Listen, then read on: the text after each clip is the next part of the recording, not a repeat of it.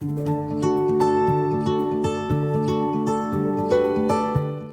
Hey guys, this is Preet and I am back with this new video. और इस video के अंदर हम एक बहुत ही ज्यादा धमाकेदार टॉपिक को कवर अप करने जा रहे होंगे। Okay, so the thing is that कि बहुत सारे स्टूडेंट्स के दिमाग में एक ड्रीम होती है। जो भी इंजीनियरिंग कॉलेज के स्टूडेंट्स होते हैं उन सभी के दिमाग में एक ड्रीम होती है कि हम एक बहुत ही बढ़िया कंपनी के अंदर एक प्लेसमेंट ग्रैब करें। Okay, but the thing is that कि बहुत सारे स्टूडेंट्स को ये नहीं पता होता है कि नॉट ओनली फोर्थ ईयर, वो अपने थर्ड ईयर के अंदर ही कुछ जो अपॉर्चुनिटीज है उनको ग्रैब करके और एक इंटर्नशिप को ग्रैब करके और एक प्लेसमेंट के साइड में एक जो अपनी रास्ता है उसको खोल सकते हैं। ओके, सो इस वीडियो के अंदर हम इस चीज को देख रहे होंगे कि थर्ड ईयर के जो स्टूडेंट्स हैं, यहाँ तक कि मैं ऐसे बोलूंगा कि जो सेकंड ईयर के बिल्कुल एंडिंग में जो स्टूडेंट्स जो होते हैं वो भी मतलब उस टाइम पे अपॉर्चुनिटीज बहुत सारी ओपन हो जाती हैं स्टूडेंट्स के आसपास में। ओके, सो उन सभी स्टूडेंट्स को कौन कौन सी अपॉर्चुनिटीज को ग्रैब कर सकते हैं उस चीज को इस वीडियो के अंदर हम लोग बिल्कुल ढंग से कवर कर रहे होंगे। ओके, सो इस प्रोसेस के लिए हमारे जो आज के गेस्ट हैं वो हमने दो सीनियर्स को आज हमने इनवाइट किया है। Okay,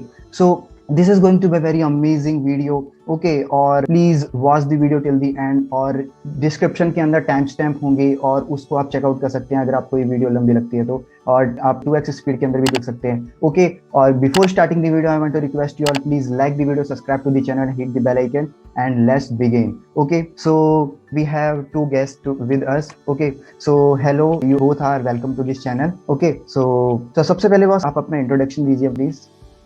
Hi everyone, myself Harsha. Currently, I am pursuing BTech in Computer Science Engineering from MNIT Jaipur, and this summer I will be working with Salesforce for intern. Hello everyone, I am Anusha from MNIT Jaipur. I am pursuing BTech in Electrical Engineering, and for this summer I will be interning with JP Morgan Chase and Company as an SD intern. Okay, so that's great. Okay, so अब हमारे जो boss इस जो आज video है उसके अंदर हम ये चीज़ को कवर अप कर रहे होंगे कि जो डिफरेंट टाइप्स ऑफ अपॉर्चुनिटीज़ जो स्टूडेंट्स के सामने होती हैं। ओके, सो वो आप एक बार इस चीज़ को बताएं कि जो एक ऐसा स्टूडेंट है जो कि अभी सेकंड ईयर के बिल्कुल एंडिंग है या फिर जो अभी थर्ड ईयर में आने वाला है, तो उसके पास में कौन कौन सी अपॉर्चुनिटीज़ है उसको आप एक बार एक्सप्लेन कीजिए।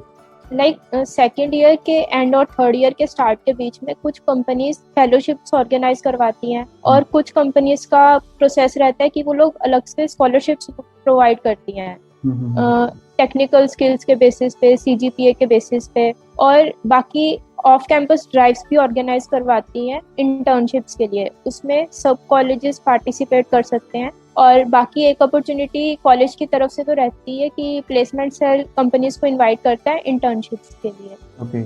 Along with that, कुछ कंपनी सेकेंड ईयर के एंड में अपना प्रोसेस स्टार्ट कर देती हैं, जो कि थर्ड ईयर के स्टार्टिंग में स्टूडेंट जाता है तब तक कंप्लीट होता है, और फिर उसके बेसिस पे वो थर्ड ईयर के बाद करने वाली इंटर्न के लिए उन्हें ऑफर देते हैं। Okay, so basically there are two processes. पहला प्रोसेस की जिसके अंदर हम जो नॉर्मल जो इंटर्नशिप जो प्रोसेस होता है, सेकंड प्रोसेस है that is the hackathon hiring process. So आप बताएं कि इस चीज के अंदर डिफरेंस क्या होता है एग्जैक्टली, कि जो इंटर्नशिप प्रोसेस है वो और जो हैकेथॉन हायरिंग प्रोसेस है वो। तो सबसे पहले आप हैकेथॉन हायरिंग प्रोसेस का एक बार बताइए बॉस, अनुषा बॉस। हाँ, तो हैकेथॉन के थ्रू इंटर्नशिप देना एक नया इनिशिएटिव है जो कई कंपनीज अडॉप्ट कर रही हैं। Okay. तो मेरा personal experience JP Morgan Chase and company के साथ है। तो उसमें ऐसा होता है कि सेकंड ईयर के एंड में हमें हमारी प्रोसेस स्टार्ट हो जाती है। सबसे पहले हमें रिज्यूमे सबमिट करके एक एप्लीकेशन फॉर्म फिल करना होता है, देन एक कोडिंग टेस्ट देना होता है जो कि हम सेकंड ईयर में ही दे देते हैं। उसके बाद एक प्री रिकॉर्डेड वीडियो इंटरव्यू होता है जिसमें हमें हमारे आंसर रिस्पॉन्सेज की रिकॉर्डिंग उनके साथ शेयर करनी होती है, एंड देन उसके बाद फाइनल स्टूडेंट्स का शॉर्टलिस्ट आता है जो हैकेथॉन में पार्टिसिपेट करते हैं। आफ्टर दैट पार्टिसिपेशन हैकेथॉन होता है सेकंड ईयर और थर्ड ईयर के बीच। तो जब हैकेथॉन होता है तो उसके बेसिस पे they select the candidate whom they want to offer the internship, and इस बेसिस पे दे डिसाइड कि नेक्स्ट ईयर उनके साथ इंटर्नशिप कौन करें। तो हैकेथॉन हायरिंग प्रोसेस ये मैंने एक्सपीरियंस किया है। ओके, सो अब हर्षा बॉस आप एक बार ये चीज बताइए कि जो नॉर्मल इंटर्नशिप प्रोसेस होता है वो बहुत सारी कंपनीज इस तरीके से इंटर्न के लिए ले रही होती हैं कैंडिडेट्स को, तो वो किस तरीके से होता है, एक बार आप बताएं। उसके लिए या तो हम लोग जैसे कोई ड्रीम कंपनी है और वो कॉलेज में नहीं आ रही तो हम लोग रेफरल लेके अप्लाई कर सकते हैं उस कंपनी में, या फिर कंपनीज ऑफ कैंपस ड्राइव भी ऑर्गेनाइज करवाती हैं। उसमें सब कॉलेजेस के लिए प्रोसेस पैरेलल चलता है, आप लोग अप्लाई कर सकते हो और सबकी एप्लीकेशन प्रोसेस होती है। और बाकी कंपनीज को इन्वाइट भी किया जाता है कॉलेज में। उसमें नॉर्मल प्रोसेस होता है कि पहले टेस्ट होता है और फिर इंटरव्यूज होते हैं। ओके, सो इसी के अंदर ही अब हम इस चीज को देख रहे होंगे कि जो हायरिंग प्रोसेस होता है एक्चुअली में वो किस तरीके का होता है बस हैकेथॉन हायरिंग प्रोसेस में। हैकेथॉन हायरिंग प्रोसेस इज, तुम्हें हैकेथॉन में पार्टिसिपेट करना होगा और फिर तुम्हारे पार्टिसिपेशन के बेसिस पे वो तुम्हें जज करेंगे। तुम्हें कुछ कंपनीज का हैकेथॉन हायरिंग ऐसा होता है कि जो विनिंग टीम्स होती हैं वो डायरेक्टली उनको ऑफर दे देते हैं, बट फॉर जेपी मॉर्गन ऐसा था कि उनका टीम डिवीजन कंपनी के द्वारा किया गया था। तो जिन भी टीम मेंबर्स ने बहुत अच्छा इन्वॉल्वमेंट दिखाया उस प्रॉब्लम को सॉल्व करने के लिए जो उनको दी गई थी, उनको ऑफर दिया गया। तो बेसिकली हैकेथॉन का जो एक प्रोसेस होता है, तुम्हें वही एक्सपीरियंस करना होता है, अपना प्रोजेक्ट का प्रोटोटाइप बनाना होता है 24 आवर्स 36 आवर्स में, एंड उसके बेसिस पे तुम्हें जज किया जाता है। तो it varies company to company. Like जो ऑफ कैंपस ड्राइव्स होते हैं, जो ऑफ कैंपस के थ्रू हैकेथॉन ऑर्गेनाइज करते हैं, तो उसमें जो टीम्स होती हैं वो ही रजिस्टर करती हैं।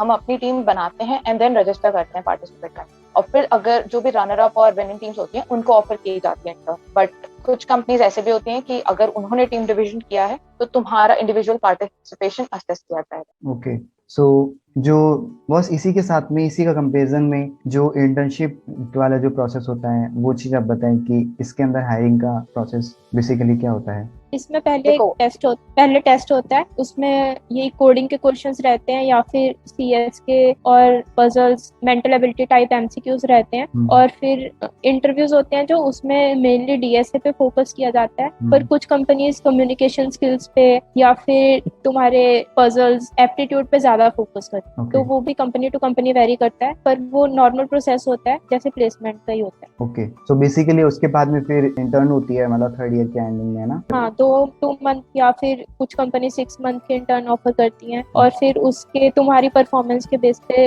कुछ कंपनीज पीपीओ या पीपीआई भी ऑफर करती हैं। ओके, सो स्टूडेंट्स को इस चीज पे ध्यान देना चाहिए कि इसके बाद में जैसे कि दोनों ही प्रोसेसेस में इंटर्नशिप होती है एक तरीके से, और वो थर्ड ईयर के एंडिंग में हो रही होती है। थर्ड ईयर की स्टार्टिंग में सब कुछ प्रोसेस चल रहा होता है और थर्ड ईयर के एंडिंग में आपको जो समर वेकेशन होती है उसके अंदर जाकर के ये प्रोसेसेस चल रहे होते हैं, और उसके अंदर फिर स्टूडेंट्स को फिर जब इंटर्नशिप ग्रैब कर लेते हैं और इंटर्नशिप के अंदर जो स्टूडेंट्स का जो भी परफॉर्मेंस रहती है उसके बाद में उनको पीपीओ ऑफर वगैरह मिल रहा होता है। ओके, सो बॉस इसके अंदर आप ये चीज बताएं, जो आपका जेपी मॉर्गन का जो आपका एक्सपीरियंस था, आप अपने एक्सपीरियंस को एक बार एक्सप्लेन कीजिए, किस तरीके का आपका एक्सपीरियंस था।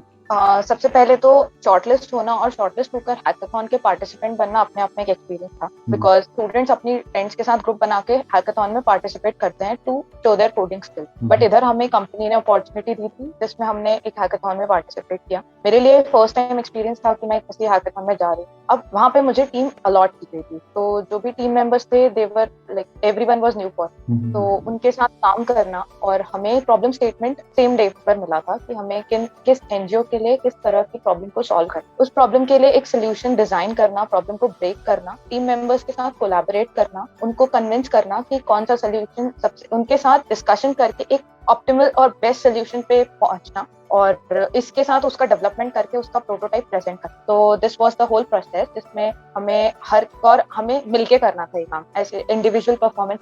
तो work division plus consent of everyone in opting a solution, तो ये सब कुछ चीजें थी जिनको मैंने फर्स्ट टाइम एक्सपीरियंस किया था, किसी के साथ मिलके एक प्रोजेक्ट बना के उसे डिलीवर करना इतने शॉर्ट ड्यूरेशन में। तो दिस वाज इट।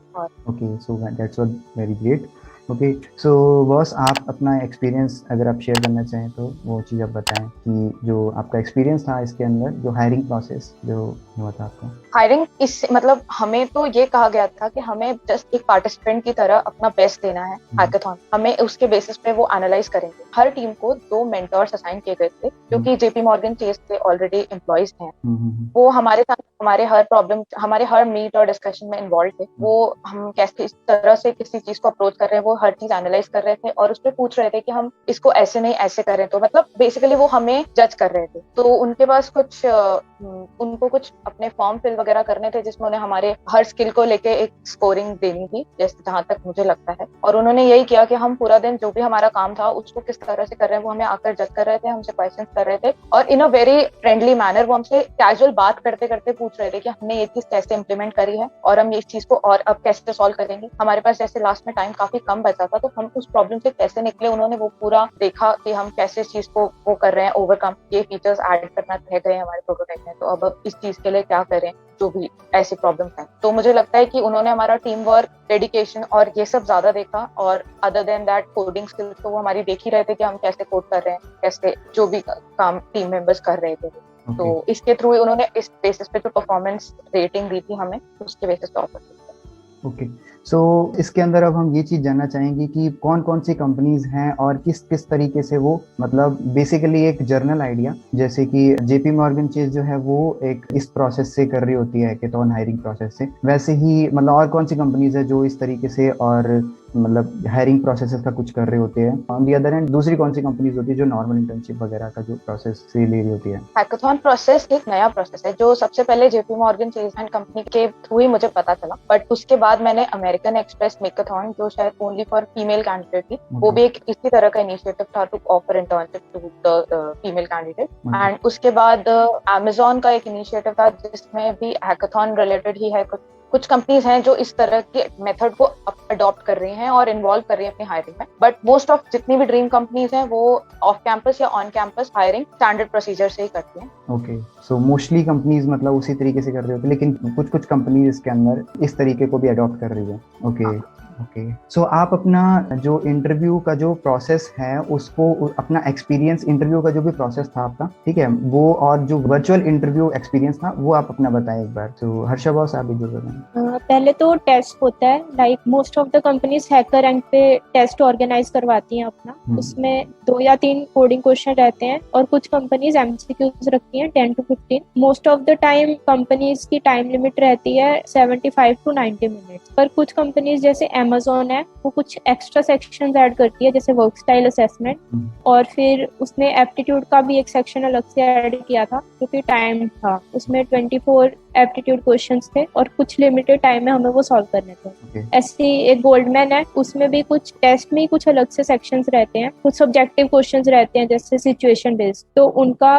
भी अलग से मार्क्स उनके काउंट होते हैं टेस्ट में। वो कंपनी टू कंपनी वेरी करता है, सबका अलग अलग टेस्ट का स्टाइल होता है, पर स्टैंडर्ड वही है कि 2 to 3 coding question 75 to 90 minutes के अंदर। और उसके बाद कंपनीज इंटरव्यूज के लिए इनवाइट करती हैं वर्चुअल में। अभी कुछ कंपनीज जूम मीटिंग पे इनवाइट करती हैं पहले, उसके बाद तुम्हें किसी प्लेटफॉर्म का लिंक देंगे वो लोग जूम मीटिंग के अंदर ही, और वो जो कोडिंग का प्लेटफॉर्म होता है वो इंटरव्यूअर और कैंडिडेट के बीच में शेयर्ड होता है। तो तुम जो कोड करते हो वो इंटरव्यूअर को दिखता है और वो उसमें कुछ चेंजेस करके तुम्हें बता सकता है और वो रन भी कर सकता है उसे, तो वो दोनों के बीच में शेयर्ड होता है। और कुछ कंपनीज होती हैं वो जूम के अलावा डायरेक्ट एक कोड पेयर प्लेटफॉर्म है वहां पे इनवाइट करती हैं, वहां पे तुम्हारा वीडियो और कोडिंग का जो एडिटर होता है वो कोड पेयर के अंदर ही होता है। तो वो भी कंपनी टू कंपनी वेरी करता है कि कौन सी कंपनी कौन से प्लेटफॉर्म पे ऑर्गेनाइज करवा रही है। और बाकी स्टैंडर्ड रहता है कि तुम्हारे 2 टेक्निकल राउंड्स होते हैं और फिर एक एचआर राउंड होता है। अमेजोन में एक ही राउंड हुआ था इंटरव्यू का इस बार। सो बॉस, आपने बहुत सारी कंपनीज के आपने इंटरव्यू प्रोसेसेस, जो नॉर्मल इंटरव्यू प्रोसेस है वो आपने दे रखा है हर्षा बॉस, तो आप इस चीज को अपना एक्सपीरियंस बताएं कि किस तरीके से मतलब आपका एक्सपीरियंस रहा इन सभी कंपनीज को आपने जो इंटरव्यू किया, और बहुत सारी कंपनीज में आपने मतलब बहुत बढ़िया किया भी है, तो इस चीज को आप बताएं। इंटरव्यू एक्सपीरियंस में मोस्टली ऐसे है कि तुमसे 1 या 2 कोडिंग क्वेश्चन वो लोग करवाएंगे, और वो जो तुमने कोडिंग टेस्ट दिया था उसमें से भी कुछ क्वेश्चन कोड करवा सकते हैं। तो जैसे ऑनलाइन में प्लेजरिज्म चल रहा है आजकल, तो वो तुमसे दोबारा कोड करवा के देख सकते हैं जो तुमने टेस्ट में किया था। और फिर 1 या 2 कोडिंग क्वेश्चन के अलावा वो लोग तुमसे सब्जेक्ट्स का पूछते हैं जो तुम्हारे कॉलेज में, सबके कॉलेज में अलग अलग रहते हैं। जैसे अगर किसी कॉलेज में ऑपरेटिंग सिस्टम नहीं है तो वो लोग नहीं पूछते उसका, तो वो तुम्हारे किसी और सब्जेक्ट के बारे में पूछ लेंगे। और उसके अलावा कुछ कंपनीज पजल्स पूछती हैं। ओके, तो इसके अंदर मेरे को एक क्वेश्चन आ रहा है दिमाग में कि ये जो एक्स्ट्रा टॉपिक्स जो होते हैं जो कि ओनली सीएस के अंदर ही मेजरली होते हैं, तो जो दूसरे स्टूडेंट्स हैं उनको स्पेशली पढ़ने पड़ते हैं, जैसे कि जो कि ऑपरेटिंग सिस्टम हो गया, डीवीएमएस, और जो बहुत सारे टॉपिक्स और होते हैं 2-3, तो ये टॉपिक्स कितने इंपॉर्टेंट होते हैं दोनों ही प्रोसेसेस में, आप मतलब बताएं कंपेयर करके कि कितने इंपॉर्टेंट होते हैं इस दौरान। हैकाथॉन प्रोसेस में भी तुम्हें, जैसे मैंने बताया कि सबसे पहले कोडिंग टेस्ट क्लियर करना ही होता है। उस कोडिंग टेस्ट में सिर्फ जरूरी नहीं है कि डीएसए बेस्ड कोडिंग प्रॉब्लम्स आए, उसके साथ programming fundamentals and language basics पे क्वेश्चंस भी आते हैं। फॉर एग्जांपल हमारा जो कोडिंग टेस्ट हुआ था उसमें 2 प्रॉब्लम्स थे जिनका हमें कोड हैकर रैंक पे सबमिट करना था, एंड अलॉन्ग विद दैट उसमें कुछ एमसीक्यूज थे जिनमें लैंग्वेजेस के बारे में कुछ क्वेश्चंस थे, पजल्स थे, और रिकर्जन एंड बैकट्रैकिंग पे भी कुछ क्वेश्चन थे। तो इट डिपेंड्स कि आप ये जो चीजें कंप्यूटर प्रोग्रामिंग फंडामेंटल्स वो आपको एक बार देखना ही पड़ते हैं, क्योंकि आप ये कंपनी के लिए मैटर नहीं करता कि आप कंप्यूटर साइंस ब्रांच से हैं या दूसरी ब्रांच से हैं, आपको ये बेसिक नॉलेज होना ही चाहिए, तो आपको बाहर से प्रिपेयर करना। ओके, सो अब एक चीज हम पूछना चाहते हैं कि जो टफनेस लेवल होता है वो आप एक बार कंपेयर करके बताएं कि टफनेस लेवल कितना होता है, मतलब जो थर्ड ईयर में जो हायरिंग कर रहे होते हैं और जो फोर्थ ईयर में जो बेसिकली एसडी रोल के लिए डायरेक्टली जो हायर कर रहे होते हैं, सो इस टफनेस लेवल को आप एक बार बताएं। जो नॉर्मल हायरिंग प्रोसेस होता है इंटरव्यूज में, तुम्हें सेकेंड ईयर के एंड में वो लोग मेजरली डीएसए पे फोकस करते हैं, या फिर जो तुमने एक दो प्रोजेक्ट किया होता है उसका डिस्क्रिप्शन। पर जो सब्जेक्ट्स होते हैं जैसे operating system, DBMS, computer networks, अगर वो तुम्हारे सेकेंड ईयर में कवर नहीं हुए तो वो लोग उसके बारे में इतना डिटेल में नहीं पूछते। पर थर्ड ईयर के एंड में सारे सब्जेक्ट्स कवर हो गए होते हैं तो तुम्हें डीबीएमएस, ऑपरेटिंग सिस्टम ये सब कवर करना ही पड़ता है, और वो लोग इसकी डेप्थ में भी जा सकते हैं। तो इसी के साथ में एक बहुत इंपॉर्टेंट क्वेश्चन आता है कि जो रिज्यूम बिल्डिंग होती है वो बहुत ज़्यादा इंपॉर्टेंट थिंग होती है, तो इन चीज़ों के लिए दोनों के अंदर आप एक बार कंपेयर करके बताएं कि जो रिज्यूम कितना इंपॉर्टेंट होता है और किस तरीके का होना चाहिए आपके हिसाब से। हाँ, रिज्यूम एक बहुत इंपॉर्टेंट रोल प्ले करता है, सिर्फ इंटर्नशिप के लिए अप्लाई करने के लिए में नहीं, आगे तुम और भी इवेंट या फेलोशिप या कहीं भी अप्लाई करते हो तो सबसे पहले तो सिर्फ तुम्हारा रिज्यूमे ही मांगा जाता है। तो रिज्यूमे में सबसे इम्पोर्टेंट है कि तुम्हारे प्रोजेक्ट्स एक्सपीरियंस मेंशन हो। लाइक फॉर हैकाथॉन हायरिंग में तो जो रिज्यूमे उसमें प्रोजेक्ट होना ही चाहिए, बिकॉज मुझे लगता है ऐसे क्लियरली कोई भी कंपनी मेंशन नहीं करती कि मतलब ये नहीं बताती बाद में कि हमने इन स्टूडेंट्स को शॉर्टलिस्ट किया on the basis of their resume, तो इनके रिज्यूमे में ऐसा क्या था जिससे हमने शॉर्टलिस्ट किया, ये कभी भी डिस्क्लोज नहीं होता है। But according to me resume में प्रोजेक्ट मेंशन होने चाहिए। और तुम सेकेंड ईयर के बाद अगर अप्लाई कर रहे हो तो तुमसे बहुत ज्यादा स्टार्टअप लेवल के प्रोजेक्ट्स कोई भी एक्सपेक्ट नहीं करता है, बेसिक, बट दे वांट कि तुमने जो भी प्रोजेक्ट बनाया है उसमें तुमने टेक्नोलॉजी का अच्छे से यूज किया है। अगर तुमने कोई फुल स्टैक प्रोजेक्ट बना के मेंशन किया है तो उसमें database, front end, back and में तुमने मोर देन HTML, CSS ऐसी चीजें और अच्छी टेक स्टैक को यूज किया है कि नहीं। और फिर अगर तुमने ML या ऐसे और AI वगैरह पे कोई प्रोजेक्ट बनाया तो तुमने टेक्नोलॉजी को कितने डेप्थ में जाके समझा है, वो बस ये देखना है। तुम्हारा प्रोजेक्ट मतलब रिज्यूमे में प्रोजेक्ट होना जरूरी है और उसका डिस्क्रिप्शन भी होना बहुत जरूरी है। मतलब उसका डिस्क्रिप्शन ऐसे होना चाहिए कि उसमें उनको क्लियरली समझ आ जाए कि तुमने जो भी टेक्नोलॉजी यूज करी है वो तुम्हारी इस पर्सपेक्टिव को सोच के थी और इस तरह के प्रॉब्लम को सॉल्व करने के करी होगी तुमने फेस, तो इसलिए तुमने इसको यूज करना है इस तरह। और अलॉन्ग विद दैट अगर तुम्हारे पास कोई इंटर्नशिप का एक्सपीरियंस पहले से हो, फॉर एग्जाम्पल मैंने फर्स्ट ईयर के बाद एक छोटी सी इंटर्नशिप करी थी तो मैंने उस एक्सपीरियंस को मेंशन किया। तो अगर तुम्हारे पास कोई भी ऐसा एक्सपीरियंस हो जहाँ पे तुमने कोई इंटर्नशिप करी है टेक्नोलॉजी से रिलेटेड तो उसको मेंशन करो और ट्राई करो कि अपना रिज्यूमे हमेशा ज्यादा से ज्यादा टेक्निकल हो।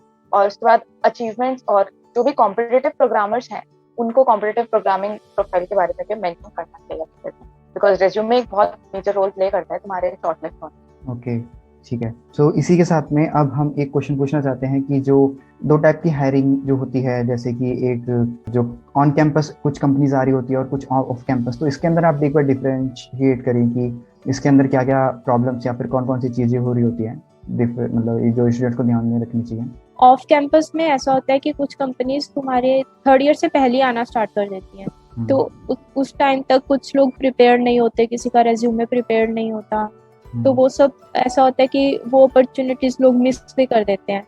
पर ऑन कैंपस में ऐसा होता है कि कॉलेज की तरफ से आती हैं कंपनीज और वो थर्ड ईयर के स्टार्ट से ही आना स्टार्ट करती हैं, तो बेसिकली प्लेसमेंट सेल तुम्हें बोलता भी है रेज्यूमे बनाने के लिए, तो रेज्यूमे में इतनी दिक्कत नहीं आती। और ऐसा नहीं होता कि तुम्हारा प्रोसेस है जो वो आगे वो लोग स्टार्ट ही नहीं करेंगे। ऑफ कैंपस में ऐसा होता है कि तुम्हारा रेज्यूमे देख के तुम्हें रिजेक्ट कर देंगे और फिर तुम्हें मेल 2-3 महीने बाद आता है और तुम्हें पता भी नहीं होता कि तुम्हारी एप्लीकेशन के साथ क्या हुआ। पर ऑन कैंपस में ऐसा होता है कि सबका प्रोसेस स्टार्ट होता है, तो वो कंपनी पे डिपेंड करता है। अगर वो रेज्यूमे बेस्ड शॉर्टलिस्टिंग करती है तो वो तुम्हें शॉर्टलिस्ट ना करे, ऐसा हो सकता है, पर most of the companies test लेने के बाद ही रिजेक्ट करती हैं। ओके, तो ऑन कैंपस में ये दिक्कत नहीं आती। ओके, और एक वो सेग्रीगेशन एक सीजी के बेस पे भी कर रहे होते हैं ऑन कैंपस पे, और वो स्टार्टिंग में ना ऑन कैंपस में ऐसा होता है कि तुम्हारी 7.5 या फिर कुछ कंपनीज 8 के ऊपर भी रखती हैं, तो सीजी का ऑन कैंपस ये क्राइटेरिया रहता है। पर ऑफ कैंपस में वो लोग कई बार तो रेफरल लेना ज्यादा जरूरी होता है, तुम्हारी एप्लीकेशन बिना रेफरल के प्रोसेस ही नहीं होती। ऑन कैंपस में सीजी का क्राइटेरिया ब्रांच टू ब्रांच भी वैरी करता है। लाइक फॉर कंप्यूटर साइंस कुछ कंपनीज 7+ वालों को अलाउ करती हैं, बट वही कंपनीज इलेक्ट्रिकल एंड इलेक्ट्रॉनिक्स के स्टूडेंट को 8 या 8.5 सीजीपीए से ऊपर वालों को ही बैठने के लिए अलाउ करती है। तो ये भी एक इम्पोर्टेंट पॉइंट होता है। ओके, सो एक चीज मैं पूछना चाहूंगा कि हमें क्या टॉप कोडर जो बड़ी बड़ी जो वेबसाइट्स होती है उनके ऊपर टॉप कोडर होना जरूरी होता है या फिर नहीं होता है? मतलब अगर कोई स्टूडेंट नहीं है तो फिर वो अपने आप को किस तरीके से देखे? कंपनीज में शॉर्टलिस्ट होने के लिए मेनली तुम्हें डीएसए आना चाहिए। और अगर तुम किसी ऑनलाइन साइट पे प्रैक्टिस कर रहे हो तो वो बस ऐसा है कि तुम्हें डीएसए का यूज और इम्प्लीमेंटेशन अच्छे से ज्यादा तुम उसमें अच्छा कर पाते हो और तुम्हें यूजेस पता चल जाते हैं। पर इसका मतलब ये नहीं है कि तुम लोग बैठ नहीं सकते, टेस्ट क्लियर नहीं कर सकते। उसके लिए तुम्हें डीएसए में उसके लिए इंटरव्यू बिट या लीड कोर्स से जिसने जितनी प्रैक्टिस की होती है उतना वो जल्दी सॉल्व करता है। या ओके, सो एक चीज होती है स्टूडेंट्स के दिमाग में कि कोई स्टूडेंट्स के दिमाग में ये सोच रहे होते हैं कि हमने अभी तक ढंग से प्रिपेयर किया नहीं हुआ है, तो अभी हम इस जो कंपनी है इसके अंदर हम नई ट्राई आउट कर रहे होते हैं क्योंकि ये कंपनी बहुत बढ़िया तरीके से बहुत बढ़िया अच्छे स्टूडेंट्स को लेके जा रही होती है।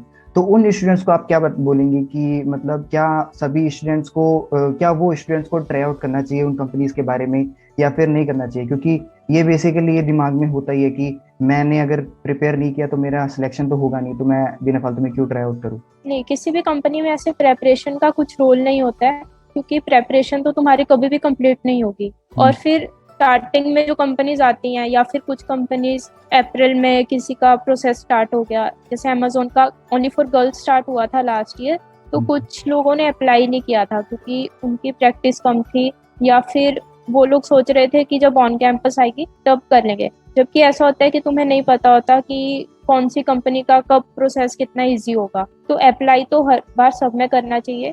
और अगर तुम्हारा सिलेक्शन नहीं भी होता उसमें तो इंटरव्यू का एक्सपीरियंस तो मिलता ही है। या ओके, सो वही चीज़ है कि हमें मतलब मोस्टली यही ट्राई आउट करना चाहिए कि जो भी अपॉर्चुनिटी आ रही है, जो भी कंपनी आ रही है उसके अंदर हमें मतलब ट्राई आउट करना है जरूर, चाहे मतलब जो भी रिजल्ट आए उससे एक एक्सपीरियंस तो मिल ही रहा होता है। सो अगला क्वेश्चन हमारे सामने ये आता है कि जो स्टूडेंट्स इस चीज़ के बारे में अभी प्रिपेयर करना चाहते हैं, जो भी थर्ड ईयर के अंदर अभी आने ही वाले हैं, तो उन स्टूडेंट्स को आप ये बताएं कि प्रिपेयर उनको किस तरीके से करना चाहिए। तो ये बहुत ज़्यादा इंपॉर्टेंट क्वेश्चन होता है, दैट्स वाई प्लीज। प्रेपरेशन के लिए जैसे अगर अभी तुम्हारा फर्स्ट ईयर खत्म होने वाला है तो कंपनी सेकेंड ईयर के एंड में आती है, तो तुम्हारे पास पूरा अभी सेकेंड ईयर है और फिर जो सेकेंड ईयर के एंड में वेकेशन होती है, तो तुम जैसे कोड शेफ पे लॉन्ग चैलेंज होता है उससे स्टार्ट कर सकते हो और फिर कोड फोर्सेस पे मूव ऑन कर सकते हो। उसके बाद तुम्हें जितना कॉम्पिटिटिव प्रोग्रामिंग में इंटरेस्ट है उसके हिसाब से कॉम्पिटिशन में पार्ट ले सकते हो। मतलब पूरा सेकेंड ईयर ये कर सकते हो और फिर सेकेंड ईयर के एंड में जैसे दिसंबर के बाद तुम्हें मेनली इंटरव्यू के हिसाब से प्रिपरेशन करनी हो, तो उसके लिए तुम या तो इंटरव्यू बिट पे स्टार्ट कर सकते हो या फिर जीएफजी पे डीएसए के क्वेश्चंस या फिर लीड कोड।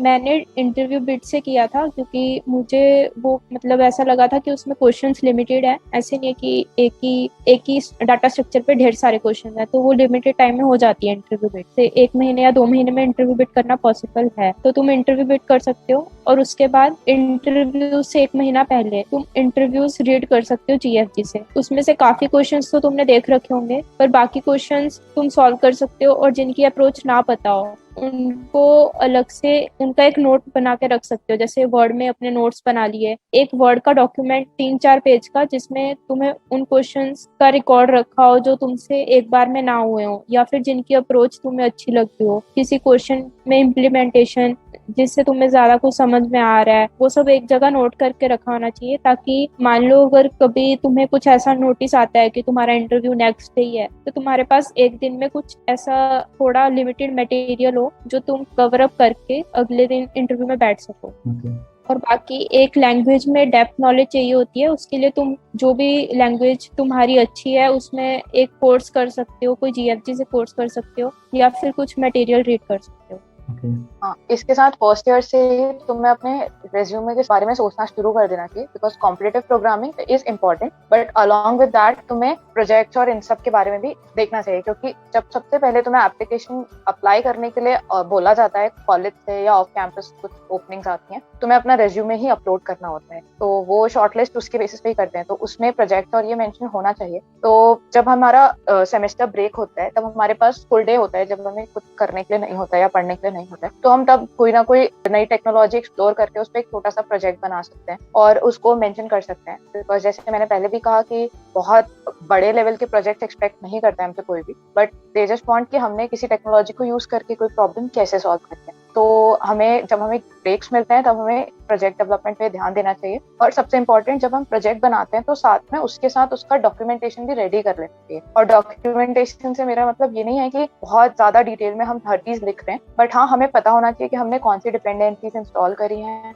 किस तरह से किस चीज को कैसे एग्जीक्यूट करवा रहे हैं, किस कमांड से हमने क्या चीज करी थी, किस तरह का डेटाबेस इसमें लिया, क्यों लिया, क्योंकि जब भी तुम्हें ऐसा इंटरव्यू जैसा कुछ सिचुएशन आता है, तुम्हें 2 दिन पहले इन्फॉर्म किया जाता है कि तुम्हारा इंटरव्यू है, तो तुम्हारा इंटरव्यू तुम्हारे रिज्यूमे पे ही होता है, और उसमें जब वो प्रोजेक्ट डिस्कशन राउंड रखते हैं तो तुमसे प्रोजेक्ट के बारे में पूछते हैं, तो तुम अगर डॉक्यूमेंटेशन रेडी रखोगे तो अपने प्रोजेक्ट के बारे में तुम्हें रिवाइज करने में ज्यादा प्रॉब्लम नहीं होगी, क्योंकि ये होता है हम 6 मंथ्स के बाद अगर अपना प्रोजेक्ट उठाते हैं तो उसका कोड हमारे लिए भी एकदम स्ट्रेंज सा कोड होता है कि ये पता नहीं क्या लिखा है, तो अगर हम उसके बारे में सब कुछ बनाते वक्त भी लिख के रख लेंगे कोई वर्ड डॉक्यूमेंट में, तो हमें ईजी रहेगा उसको रिवाइज करना और एक्सप्लेन करना भी इंटरव्यू। ओके। तो ये काफी हेल्प है। ओके, सो अब बॉस हम एक चीज हम आपसे चाहते हैं कि जो स्टूडेंट्स जो भी फर्स्ट ईयर के अंदर हैं और जो भी अभी सेकंड ईयर के बिल्कुल मतलब दो टाइप के स्टूडेंट्स हो सकते हैं इस जगह पे। जो एक ऐसे स्टूडेंट जो कि फर्स्ट ईयर के अंदर हैं या फिर अभी सेकंड ईयर के अंदर आए हुए हैं, जो स्टूडेंट्स के पास में भी टाइम है, और सेकंड टाइप के स्टूडेंट्स जो कि अभी जस्ट थर्ड ईयर के अंदर आने ही वाले हैं और उनके पास में टाइम नहीं है और उन स्टूडेंट्स के इस चीज़ के बारे में पता चला है। तो 2 टाइप की एडवाइस आपसे मैं मांगना चाहता हूँ कि मतलब किस तरीके से इन 2 स्टूडेंट्स को किस तरीके से आगे चीज़ों को प्लान आउट करना चाहिए, किस तरीके से चलना चाहिए। जो फर्स्ट ईयर के स्टूडेंट्स होते हैं उन्हें पहले तो एक मतलब सीजी मेंटेन करनी चाहिए थोड़ी, वरना आगे जाके जैसे कुछ कंपनी 7.5 रखती हैं, तो कुछ लोगों की सीजी उतनी नहीं होती है, तो वो लोग थर्ड ईयर में सीजी कवर अप करने की कोशिश करते हैं और तब तक उनकी आधी कंपनीज मिस हो चुकी होती हैं। तो फर्स्ट ईयर सेकेंड ईयर इनमें थोड़ा सीजी पे मतलब फोकस कर रखना चाहिए कि तुम्हारी एटलीस्ट 8 के आसपास या 7.5 के आसपास रहे। और उसके बाद तुम जैसे अगर फर्स्ट ईयर में हो सेकंड ईयर में हो तो तुम्हें अगर हैकर रैंक या फिर हैकर अर्थ कोई जो भी प्लेटफॉर्म तुम्हें अच्छा लग रहा है उस पर स्टार्ट कर सकते हो, ताकि तुम्हें एक लैंग्वेज की नॉलेज रहे। और फिर सेकंड ईयर के एंड तक आते आते तुम एक कोई भी प्लेटफॉर्म जैसे इंटरव्यू या लीड कोड से कर सकते हो प्रैक्टिस, और फिर एंड में 1 या 2 महीना इंटरव्यू एक्सपीरियंस रीड करने, तो मतलब उनसे आइडिया लग जाता है कि इंटरव्यूज में क्या पूछेंगे, और उसमें थ्योरी जैसे थ्योरी के क्वेश्चंस भी कवर हो जाते हैं, तो वो सब करने से तुम्हारी इंटरव्यू की प्रेपरेशन हो जाती है। हाँ, जो सेकंड ईयर में है उनके लिए अभी जैसे अभी 1 या 2 महीने बचे हैं, तो वो लोग इंटरव्यू बिट से अगर सारे क्वेश्चंस नहीं हो रहे हैं तो एटलीस्ट सब डाटा स्ट्रक्चर्स के कुछ हर टॉपिक कवर करने की कोशिश कर सकते हैं। और फिर जो भी कंपनी विजिट करने वाली है कॉलेज, उसके जैसे तुम्हें पता चल गया 2-3 दिन पहले पता चल गया, उसके इंटरव्यू एक्सपीरियंसेस रीड कर सकते हो। ओके, ठीक है। ओके, सो बॉस एक चीज मतलब हम देख सकते हैं और आपने भी बताया था कि कुछ फीमेल ओनली जो प्रोग्राम्स होते हैं वो आजकल हम देख सकते हैं कंपनीज बहुत सारी जो इन चीज़ों को ऑर्गेनाइज करा रही है, तो वो किस टाइप से है उस चीज़ का आप एक बार आइडिया दीजिए, क्योंकि बहुत सारे फीमेल कैंडिडेट ऐसे होते हैं जो कि मतलब इस चीज़ से फायदा लेने के लिए देख रहे होते हैं, तो दिस थिंग आई थिंक भी बहुत ज़्यादा इंपॉर्टेंट होती है, तो उस चीज़ को आप बताएं। देखो, हर कंपनी का पर्पस है कि उन्हें फीमेल पार्टिसिपेशन मतलब फीमेल इन्वॉल्वमेंट उनकी कंपनी में बढ़ाना है। जैसे कि एक स्टैटिस्टिक रिपोर्ट है कि 1995 में अराउंड 27% फीमेल एम्प्लॉइज होती थी, बट जो कि कम होकर अभी 2021 में 24% एम्प्लॉइज हैं। तो हर किसी को फीमेल्स का टेक्नोलॉजी में इंक्लूजन बढ़ाना है, जिससे उनकी कंपनी में डाइवर्सिटी इंक्लूजन हो सके और वो इक्वल अपॉर्चुनिटी देती हैं, वो ऐसे दिखा सकें। तो हर कंपनी को अब बैलेंस रेशियो रखने के लिए ये इनिशिएटिव्स लेना पड़ रहे हैं। तो हर कोई फेलोशिप के फॉर्म में, कोई इंटर्नशिप के फॉर्म में, कोई स्कॉलरशिप के फॉर्म में इन अपॉर्चुनिटी ओपनिंग्स खोलता है और फीमेल कैंडिडेट उसके लिए अप्लाई कर सकती हैं अगर वो क्राइटेरिया मीट करें। ओके, सो इसी के अंदर आप ये बताएं कि कौन कौन सी ऐसी कंपनीज होती हैं जो कि आपको याद है इस समय पे, फिर कौन कौन से प्रोग्राम्स ऐसे हैं जो कि मतलब आपको जो वो कंपनीज ऑफर कर रही होती हैं ऐसे फीमेल्स कैंडिडेट के लिए ऑनली, और कौन कौन सी मतलब और डिफरेंट टाइप्स के जो भी अपॉर्चुनिटीज हैं वो आप इस चीज़ के अंदर कवर अप कर दो प्लीज़। लास्ट ईयर जिसमें मैंने अप्लाई किया था वो अमेजोन का था, अमेजोन वाओ। उसमें अमेजोन ने ओनली फीमेल कैंडिडेट्स को अलाउ किया था और वो काफी जल्दी ओपनिंग आई थी उसकी अप्रैल में, पर इस ईयर अभी तक नहीं आई है। ऐसी हर साल कुछ सारी कंपनीज ओपनिंग्स, मतलब डिपेंड करता है कि कौन सी कंपनी किसी साल रख सकती है, पर ऐसा नहीं है कि वो वही कंपनी हर साल रखे। तो तुम्हें पहले तो उस अपॉर्चुनिटी का पता होना चाहिए, क्योंकि ये वाली अपॉर्चुनिटीज कई बार तो मिस हो जाती हैं कि हमें पता ही नहीं होता कि किसी कंपनी की कोई ड्राइव चल रही है ऐसी। तो उसके लिए तुम टेलीग्राम ग्रुप्स कुछ ज्वाइन करके रख सकते हो जहाँ पे ऐसी अपॉर्चुनिटीज का नोटिफिकेशन आता हो और उसके अकॉर्डिंग तुम अप्लाई कर सकते हो। सिमिलरली मैंने डी शॉ की फेलोशिप ली थी लास्ट ईयर, जो कि अभी तक इस ईयर के लिए नहीं आई है। वो भी ओनली फॉर फीमेल कैंडिडेट्स थी जो कि फिनटेक इंडस्ट्री में इंटरेस्टेड हैं और जिनको फाइनेंस और टेक्नोलॉजी में जिनके पास कुछ ना कुछ एक्सपीरियंस है, और वो सिर्फ third year under graduate students female candidates के लिए। तो उसमें shortlisting, it was not an internship, it was a fellowship जिसमें आपको कुछ स्टाइपेंड दिया गया था और उनकी कंपनी से इंट्रोड्यूस किया गया था एक 3 डे इवेंट के थ्रू। और उसमें शॉर्टलिस्ट होने के लिए आपको कोई टेस्ट या कुछ इंटरव्यू क्लियर नहीं करना था, उसमें रिज्यूमे एंड कवर लेटर और कुछ उनके प्रॉब्लम को एक ऐसे के फॉर्म में रिस्पॉन्ड करके उनका फॉर्म फिल करना था। तो उसके बेसिस पे उन्होंने आई थिंक 30 फीमेल कैंडिडेट्स को सिलेक्ट किया था ओवरऑल इंडिया से। ओके, ठीक है। सो अब हम इस वीडियो के बिल्कुल एंडिंग के अंदर आ चुके हैं, तो इसी के साथ में अब हम आपसे कुछ मेन टिप्स पूछ रहे होंगे, ठीक है। तो आप कुछ स्टूडेंट जो इस चीज़ के बारे में जो एस्पिरेंट्स हैं उन लोगों को आप कुछ मेन टिप्स बताएं कि क्या चीज़ हम लोगों को ध्यान में रखनी चाहिए इस रोल के लिए। मेन तो ये है कि ऐसा नहीं है कि तुम्हारा कुछ कंपनीज में नहीं हुआ तो तुम उसके बाद प्रेपरेशन छोड़ दो या फिर अप्लाई करना बंद कर दो कि अब सिर्फ प्लेसमेंट की तैयारी करूंगा या फिर अप्लाई ना करो। तो ऐसा नहीं है, क्योंकि ऑफ कैंपस अपॉर्चुनिटीज हमेशा रहती हैं और फिर ऑन कैंपस भी कंपनीज पूरा साल आती हैं। तो अगर तुम थर्ड ईयर के स्टार्ट में या थर्ड ईयर के मिड में भी प्रेपरेशन स्टार्ट करते हो तो 1 मंथ 2 मंथ में अगर तुम प्रिपेयर कर लेते हो तुम्हारे पास अपॉर्चुनिटीज रहेंगी। Okay. और मैं यही टिप दूंगी कि कभी भी ये सोच के रुकना नहीं चाहिए कि हम मतलब प्रिपेयर्ड नहीं है या हम इसके लिए सही है, मतलब ये अपॉर्चुनिटी मेरे लिए होगी या नहीं होगी, because you never know test देने के पहले तक कि तुम्हारे लिए वो टेस्ट है या नहीं, तुम्हारा रिज्यूमे शॉर्टलिस्ट होगा या नहीं। ऐसा बिल्कुल नहीं सोचना कि बस अप्लाई कर देना चाहिए फर्स्ट स्टेज पे। और कुछ भी नया सीखने के लिए कभी भी खुद को रोकना नहीं, मतलब कुछ भी नया सीखने से खुद को रोकना नहीं चाहिए। जैसे ही हमें टाइम मिलता है, अगर हम टेक्नोलॉजी में सच में इंटरेस्टेड हैं, आगे सोसाइटी को टेक्नोलॉजी के थ्रू ही सर्व करना चाहते हैं, तो टेक्नोलॉजी में घुस जाना चाहिए बस, बिकॉज मतलब जहाँ से भी जो भी सीखने के लिए मिले, grab it and learn it. या श्योर। सो आई होप कि इस वीडियो के साथ में सभी स्टूडेंट्स को बहुत ज़्यादा मतलब इंसाइट्स मिल पाई होंगी। सो आई एम वेरी थैंकफुल कि आप लोग इस मतलब प्लेटफॉर्म के अंदर आए और हम लोगों को बहुत इंसाइट्स दी। ओके, सो इसी के साथ में हम इस वीडियो को एंड करने जा रहे होंगे। So guys, if you want to know more about the hackathon process, okay, the JPMC code for good hackathon process, तो अनुषा बॉस ने एक ब्लॉग लिखा हुआ है, तो उनके आप ब्लॉग के ऊपर जा करके जरूर आप चेकआउट कीजिए। वो ब्लॉग बहुत ही बढ़िया तरीके से लिखा हुआ है और मैंने खुद ने जा करके उस चीज को पढ़ा है और बहुत बढ़िया तरीके से आपको इंसाइट्स मिल जाएंगी कि एग्जैक्टली वो प्रोसेस क्या है और उस चीज के अंदर एग्जैक्टली उनका एक्सपीरियंस क्या था। Okay, so I will link that up in the description, so go and check it out. Okay, so I hope कि इस वीडियो के अंदर आपको सभी को बहुत ज़्यादा इंसाइट्स मिल पाई होंगी और बहुत ग्रेट इंसाइट्स के साथ में इस वीडियो को हम एंड करने जा रहे होंगे। ओके, सो इसी के साथ में आप प्लीज़ वीडियो को लाइक कर दीजिए, सब्सक्राइब कर दीजिए चैनल को और बेल आइकन का बटन जरूर दबा दीजिएगा। और इसी के साथ में अगर आपको कोई और भी क्वेरी हो तो फिर आप please let me know at the comment section. Okay, so with this note I want to end this video. So stay safe, stay healthy, and a big thumbs up from my side. Bye bye guys.